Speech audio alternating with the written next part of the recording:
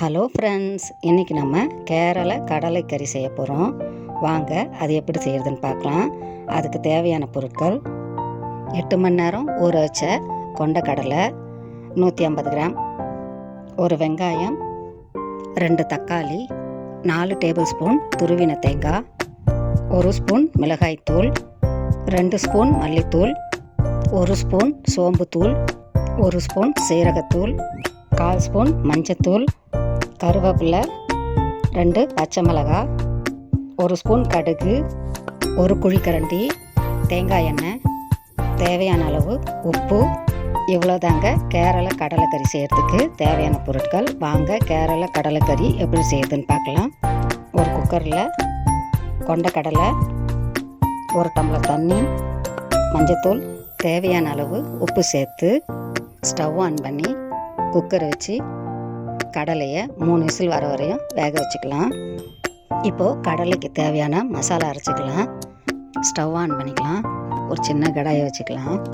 1/2 குழிக்கரண்டி தேங்காய் எண்ணெய் ஊற்றிக்கலாம். எண்ணெய் காஞ்ச பிறகு துருவின தேங்காய் சேர்த்து வாசனை வர வரையும் வறுத்துக்கலாம்.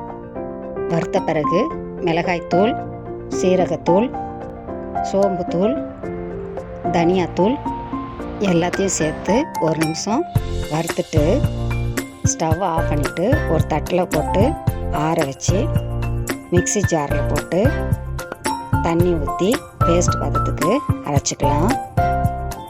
இப்போது மறுபடியும் ஸ்டவ் ஆன் பண்ணிக்கலாம். ஒரு கடாய் வச்சுக்கலாம். 1/2 குழிக்கரண்டி தேங்காய் எண்ணெய் சேர்த்துக்கலாம். எண்ணெய் சூடான பிறகு கடுகு, கருவேப்பிலை சேர்த்து தாளிச்சிட்டு கட் பண்ண ஆனியனுக்கு தேவையான உப்பு சேர்த்து ஆனியன் ப்ரௌன் ஆகிற வரையும் வதக்கலாம். இப்போது ஆனியன் ப்ரௌன் ஆகிடுச்சு. கட் பண்ண டொமேட்டோ, பச்சை மிளகாய் சேர்த்து டொமேட்டோ சாஃப்ட் ஆகிற வரையும் எண்ணெயில் வதக்கலாம். தக்காளி வதங்கின பிறகு அரைச்ச மசாலாவை சேர்த்து 1 நிமிஷம் வதக்கின பிறகு கடலை வேக வச்ச தண்ணியை சேர்த்து கிளறி விட்டு குழம்ப கொதிக்க வச்சுக்கலாம்.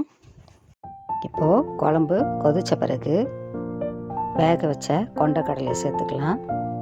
சேர்த்து குழம்பு திக்காகிற வரையும் கடலையை வேக வச்சுக்கலாம்.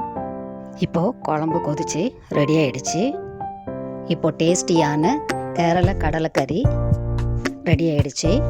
இது ஒயிட் ரைஸ், சப்பாத்தி, ஆப்பம், புட்டு இதுக்கெலாம் சூப்பரான காம்பினேஷன். நீங்கள் ஒரு வாட்டி இந்த ரெசிபியை ட்ரை பண்ணி பாருங்கள். உங்களுக்கு இந்த வீடியோ பிடிச்சுன்னா லைக் பண்ணுங்கள், ஷேர் பண்ணுங்கள், சப்ஸ்கிரைப் பண்ணுங்கள். பாய்.